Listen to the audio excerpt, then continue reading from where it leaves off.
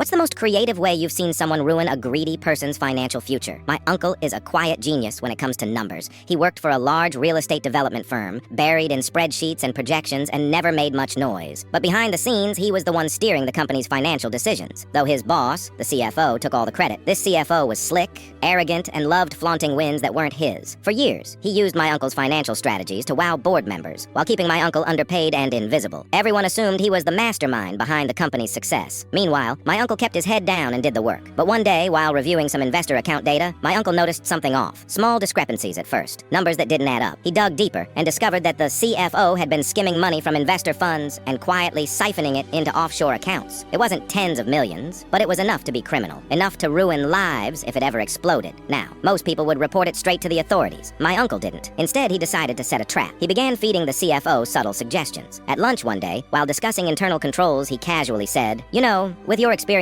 you could probably move a bit more without anyone catching on. I mean, who'd even know?" That single line worked better than expected. Over the next 6 months, the CFO grew bolder. He increased the amount he was stealing, moved money more frequently, and made sloppier decisions. My uncle tracked every single transaction, dates, amounts, where the money landed, who approved what. He kept records that would make an auditor weep from joy. But he didn't stop there. He quietly created a new financial tracking system, a clean, intuitive tool that clearly showed where every dollar should be at any given time. Then, during a board strategy session, he introduced it under the guise of modernizing the company's reporting tools, called it an accountability dashboard. The board loved it. They started referencing it in meetings. Some even requested read-only access to monitor department budgets. It quickly became the unofficial source of truth for the company's financials, all while the CFO had no idea he was walking deeper into a trap. Then came the annual financial review. The CFO walked into that boardroom beaming. Probably thought he'd coast through another slideshow, say a few buzzwords, and be back on the golf course by noon. But this time, my uncle volunteered to present the numbers. Said he'd been working on some side-by-side comparisons to improve reporting clarity. He clicked to the first slide, 2 columns, one showing the official numbers the CFO had reported, the other showing what the numbers should have been according to the new system. Discrepancies, $4.7 million.